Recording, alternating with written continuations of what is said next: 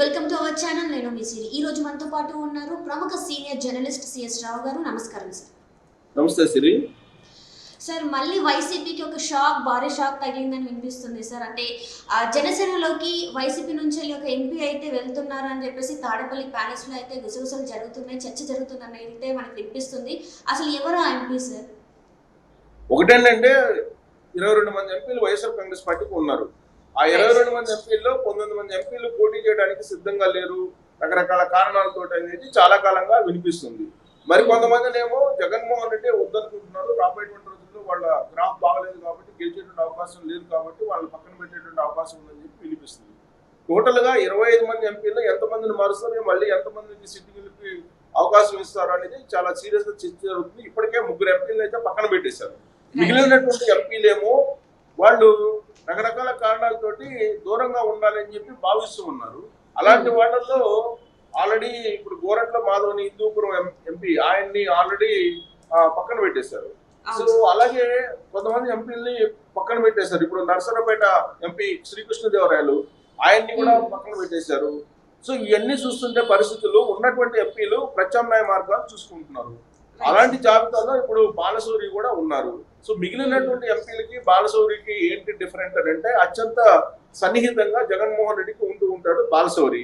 పైగా ఆర్థికంగా కూడా చాలా బలమైనటువంటి ఎంపీ ఆయన. సో సామాజిక వర్గం పరంగా కూడా కాపు సామాజిక వర్గం, ఇప్పుడు జనసేన కాపు సామాజిక వర్గానికి సంబంధించినటువంటి ఓట్లను గంపగుత్తగా ఆ పార్టీ ఓన్ చేసుకోబోతుంది అనేది ఇప్పుడు వినిపిస్తోంది. ఆ క్రమంలో కాపు సామాజిక వర్గానికి సంబంధించిన లీడర్లు ఆకర్షించేటువంటి ప్రయత్నం జగన్మోహన్ రెడ్డి చేస్తున్నారు. దాంట్లో భాగంగా ముద్రగడ పద్మనాభంని తమ వైపు తిప్పుకునేటువంటి ప్రయత్నం చేస్తూ ఉన్నారు. వంగవీటి రాధాని తమ వైపు తిప్పుకునేటువంటి ప్రయత్నం చేస్తున్నారు. కానీ ఒకవైపు ముద్రగడ పద్మనాభం అయితే గ్రీన్ సిగ్నల్ ఇచ్చారు, కానీ వంగవీటి రాధా నుంచి ఇప్పటి వరకు కూడా వైఎస్ఆర్ కాంగ్రెస్ పార్టీకి గ్రీన్ సిగ్నల్ అయితే రాలేదు. ఇలాంటి సందర్భంలో బాలశౌరి లాంటి ఎంపీ ఇప్పుడు already YSR Congress party MP ఆయన. సో ఆయన ఆ పార్టీకి గుడ్ బై చెప్పి జనసేన పార్టీలో చేరుతున్నారు అనేది ఇప్పుడు వినిపిస్తుంది. సో బాలశౌరి ఇప్పుడు జనసేన పార్టీలో చేరి మచిలీపట్నం నుంచి పోటీ చేయబోతున్నారు ఎంపీ అభ్యర్థిగా అనేది తాజాగా వినిపిస్తున్నటువంటి ఒక చర్చ.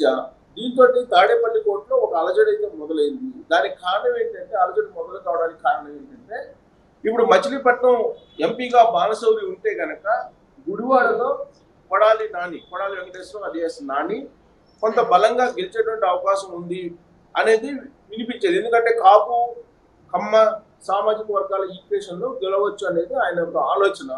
కానీ ఇప్పుడు మొత్తం బూమరాంగ్ అయ్యేటువంటి పరిస్థితి కనిపిస్తుంది. గుడివాడలో కూడా కొడాలి నాని ఓడిపోయేటువంటి పరిస్థితి ఉంది అనేది ఇప్పుడు తాజా ఈక్వేషన్లు బట్టి కొంత చర్చ నడుస్తుంది రాజకీయాల్లో. దానికి కారణం ఏంటంటే, వైఎస్ఆర్ కాంగ్రెస్ పార్టీకి సంబంధించినటువంటి గొలుసు పార్థసారథి ఆయన సిట్టింగ్ ఎమ్మెల్యే, ఆయన ఇప్పుడు తెలుగుదేశం పార్టీలో చేరబోతున్నారు. ఎల్లుండి చేరతారు అంటున్నారు. సోమవారం మంగళవారం తెలుగుదేశం పార్టీలో చేరేటువంటి అవకాశం ఉందని అంటున్నారు. ఆయన యాదవ సామాజిక వర్గానికి సంబంధించినటువంటి సీనియర్ పొలిటీషియన్.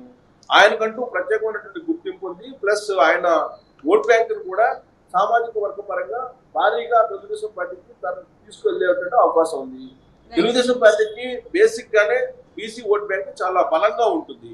అలాంటిది ఆ బీసీ ఓట్ బ్యాంక్ లో కూడా యాదవ సామాజిక వర్గానికి సంబంధించిన ఓట్ బ్యాంక్ చాలా బలంగా ఉంటుంది. ఒకవేళ కనుక 2019 ఎన్నికల్లో యాదవ సామాజిక వర్గానికి సంబంధించిన ఓట్ బ్యాంకు వైఎస్ఆర్ కాంగ్రెస్ పార్టీకి షిఫ్ట్ అయ్యి ఉంటే ఆ మొత్తం కూడా మళ్ళీ తెలుగుదేశం పార్టీకి పార్థసారథి రూపంలో వచ్చేటువంటి అవకాశం ఉంది. సో ఇప్పుడు కాపు సామాజిక వర్గానికి సంబంధించిన బాలశౌరి జనసేన పార్టీలో చేరి టీడీపీ జనసేన కూటమి అభ్యర్థిగా ఆయన మచిలీపట్నం నుంచి పోటీ చేసి గొలుసు పార్థసారథి గుడివాడకు వచ్చి ప్రచారం చేసి యాదవ సామాజిక వర్గం ఓట్లు కనుక తెలుగుదేశం పార్టీ వైపు తిప్పితే అప్పుడు గుడివాడలో కొడాలి వెంకటేశ్వరం అలియాస్ నాని గెలిచేటువంటి పరిస్థితి లేదు అనేది ఇప్పుడు వినిపిస్తున్నటువంటి తాజా ఈక్వేషన్. ఇదే అంశం మీద తాడేపల్లి ప్యాలెస్ లో తాడేపల్లి క్యాంప్ ఆఫీస్ లో జరుగుతున్నటువంటి చర్చ. అసలు బాలశౌరి ఇలాంటి నిర్ణయం ఎందుకు తీసుకున్నారు? సహజంగా బాలశౌరి ఇలాంటి నిర్ణయం తీసుకోరు. వైఎస్ఆర్ కాంగ్రెస్ పార్టీ అధినేత జగన్మోహన్ రెడ్డికి అత్యంత క్లోజ్ గా ఉంటారు. పైగా వ్యాపారవేత్త, పారిశ్రామికవేత్త ఆయన. అన్ని రకాలుగా జగన్మోహన్ రెడ్డి అండదండలు కూడా ఆయనకు ఉన్నాయి. ఆయన పార్టీని వీడాల్సినటువంటి అవసరం లేదు. మళ్ళీ పైగా ఆయనకి ఎంపీ టికెట్ ఇచ్చేటువంటి అవకాశం కూడా ఉంది. అయినప్పటికీ కూడా ఎందుకు బాలశౌరి ఆ పార్టీని వీడుతున్నారు, వైఎస్ఆర్ కాంగ్రెస్ పార్టీ వీడేటువంటి ఆలోచన చేస్తున్నారు అనేటువంటి చర్చ కూడా నడుస్తుంది. ఎందుకనంటే బాలశౌరి అలాంటి నిర్ణయం తీసుకోవడానికి గల కారణాలు ఏంటి అనేది ఆయన అభిమానులు ఏం చెప్తున్నారంటే, ఆల్రెడీ ఆయన ఇంతకుముందు 2019 ఎన్నికల్లో గుంటూరు ఎంపీగా పోటీ చేయాలనుకున్నారు, అక్కడి నుంచి పంపించారు. ఓడిపోయేటువంటి ప్రమాదం ఉంది అనేది ఇప్పుడు బాలశౌరికి సంబంధించినటువంటి వ్యక్తిగత అభిమానులు, వ్యక్తిగతంగా ఉండేటువంటి శ్రేయోభిలాషులు చేసినటువంటి సర్వేలో ఉండేటువంటి సారాంశం. సో ఆ సారాంశాన్ని బేస్ చేసుకొని ఆయన తెలుగుదేశం పార్టీ జనసేన కూటమిలోకి వెళితే కనుక మచిలీపట్నం నుంచి మరోసారి గెలవచ్చు అనేది ఆయన యొక్క ఆలోచనగా ఉంది. దాంతో పాటు జనసేన పార్టీలకి ఇప్పుడు ఉన్నటువంటి ఓట్ బ్యాంకు ప్రధానంగా కాపు సామాజిక వర్గం ఓట్ బ్యాంక్ ఉంది. మచిలీపట్నం లోక్సభ పరిధిలో ఎక్కువ కాన్స్టిట్యున్సీల్లో కాపు సామాజిక వర్గం ఓట్ బ్యాంక్ ఉంది. అలాగే తెలుగుదేశం పార్టీకి కమ్మ సామాజిక వర్గం ఓట్ బ్యాంక్ ఎలాగో సాలిడ్ గా ఉండేటువంటి అవకాశం ఉంది ఈసారి. సో కాపు కమ్మ సామాజిక వర్గాల ఈక్వేషన్ లో ఖచ్చితంగా కృష్ణా జిల్లాలో తెలుగుదేశం పార్టీ జనసేన కూటమికి అనుకూలమైనటువంటి ఫలితాలు ఉంటాయి అనేటువంటి ఒక బలమైనటువంటి టాక్ వినిపిస్తూ ఉంది. అందుకే విజయవాడ సెంట్రల్ నుంచి కానీ, లేదంటే విజయవాడ ఎంపీ స్థానం నుంచి కానీ ఎవరిని నిలబెట్టాలి అనేది ఇప్పుడు వైఎస్ఆర్ కాంగ్రెస్ పార్టీలో చాలా సీరియస్ గా కసరత్తు జరుగుతుంది. ఇప్పటి వరకు విజయవాడ ఎంపీగా ఎవరిని నిల్చోబెట్టాలి అనే దాని మీద ఒక క్లారిటీకి రాలేనటువంటి పరిస్థితుల్లో వైఎస్ఆర్ కాంగ్రెస్ పార్టీ ఉంది. గతంలో పీవీపీ పోటీ చేశారు. పీవీపీ ఇప్పటి వరకు కూడా ఆయన మళ్ళీ విజయవాడ తెర మీద కనిపించలేదు, రాజకీయ తెర మీద. మళ్ళీ నిన్ననే ఒక ట్వీట్ చేయడం జరిగింది పొట్లూరి వరప్రసాద్.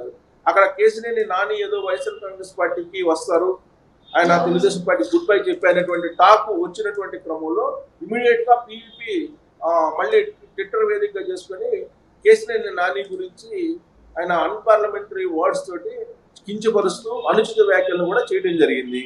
సో ఇవన్నీ కనుక చూస్తుంటే విజయవాడ వైసీపీ ఎంపీ అభ్యర్థి ఎవరు అనేది కూడా ఇప్పటి వరకు కూడా తేలినటువంటి పరిస్థితి. ప్లస్ కన్సూమర్ లో అభ్యర్థి కూడా కనిపించట్లేదు. ఒకనొక సందర్భంలో వల్లభనేని వంశీకి అక్కడ అవకాశం ఇవ్వాలనేది వైఎస్ఆర్ కాంగ్రెస్ పార్టీ భావించింది అని కూడా తెలుస్తుంది. దానికి కారణం ఏంటంటే గన్నవరం నుంచి వల్లభనేని వంశీ గెలిచేటువంటి అవకాశం లేదు కాబట్టి విజయవాడ ఎంపీగా పోటీ చేయించాలనే ఆలోచన జగన్మోహన్ రెడ్డి చేశారని చెప్పి కూడా వినిపించింది. సో ఇప్పుడు బాలశౌరి వైఎస్ఆర్ కాంగ్రెస్ పార్టీకి గుడ్ బై చెప్పబోతున్నారు, జనసేనలో చేరబోతున్నారు అనేటువంటి ఒక ప్రచారం బయటకు వచ్చిన తర్వాత తాడేపల్లి క్యాంప్ ఆఫీస్ లో ఒక రకంగా షాక్ తగిలినట్టయింది. ఒక రకంగా ఇది అనూహ్యమైనటువంటి పరిణామం కింద కూడా చెప్పుకోవచ్చు. సహజంగా వైఎస్ఆర్ కాంగ్రెస్ పార్టీ ఊహించినటువంటి పరిణామం కింద కూడా దీన్ని తీసుకోవచ్చు. ఒకవేళ ఇది నిజమైతే ఇది కేవలం ప్రచారం సోషల్ మీడియాలో జరుగుతుంది మాత్రమే అని చెప్పి మనం ప్రస్తుతం విశ్లేషణ చేసుకోవాలి. బాలశౌరి అయితే ఒక నిర్ణయం తీసుకుని జనసేన పార్టీలోకి వెళ్తారు. ఇప్పటికే పవన్ కళ్యాణ్ తోటి ఆయన ఒక అవగాహనకు వచ్చారని చెప్పి మాత్రం వినిపిస్తుంది. అటు జనసేన వర్గాల్లో వినిపిస్తుంది, అలాగే బాలశౌరి అభిమానులు కూడా అదే చెప్తున్నారు. అదే జరిగితే కనుక కృష్ణా జిల్లాలో వైఎస్ఆర్ కాంగ్రెస్ పార్టీకి ఒక పెద్ద షాక్ కింద మనం చెప్పుకోవాలి. దాంతోపాటు గుడివాడలో కొడాలి వెంకటేశ్వర అలియాస్ నానికి కూడా ఇది పెద్ద షాక్ కింద కూడా మనం చెప్పుకోవాలి. ఎందుకంటే ఇది అనేక లోక్సభ మచిలీపట్నం లోక్సభ పరిధిలో ఉన్నటువంటి అసెంబ్లీ కాన్స్టిట్యున్సీల్లో తీవ్రమైనటువంటి ప్రభావం పడేటువంటి అవకాశం ఉంది. వైఎస్ఆర్ కాంగ్రెస్ పార్టీ అభ్యర్థులు ఓడిపోయేటువంటి ప్రమాదం ఉంది. ఒకవేళ బాలశౌరి కనుక వైఎస్ఆర్ కాంగ్రెస్ పార్టీకి గుడ్ బై చెప్పి జనసేన పార్టీలో కనుక చేరితే, గతంలో కూడా పవన్ కళ్యాణ్ గుడివాడలో సభ పెట్టినటువంటి సందర్భంగా, అలాగే మచిలీపట్నంలో సభ పెట్టిన సందర్భంగా అటు కొడాలి నానికి కానీ ఇటు పేర్లి నానికి కానీ వార్నింగ్ ఇవ్వడం జరిగింది. ఖచ్చితంగా వచ్చే ఎన్నికల్లో ఓడగొట్టి తీరుతానని చెప్పి ఒక శపథం చేశారు పవన్ కళ్యాణ్. ఆ శబ్దంలో భాగంగానే బాలశౌరిని ఆకర్షించారు, బాలశౌరిని జనసేన పార్టీలోకి ఆహ్వానిస్తున్నారు అని చెప్పి తెలుస్తోంది. ఒకవేళ అదే కనుక నిజమైతే కనుక వైఎస్ఆర్ కాంగ్రెస్ పార్టీ కృష్ణా జిల్లాలో ఖచ్చితంగా బలహీనపడేటువంటి అవకాశం ఉందని చెప్పి రాజకీయ వర్గాల్లో చర్చ జరుగుతుంది. ఇది ఒక పెద్ద షాక్ కింద కూడా వైఎస్ఆర్ కాంగ్రెస్ పార్టీకి మనం తీసుకోవచ్చు, విశ్లేషణ కూడా చేసుకోవచ్చు.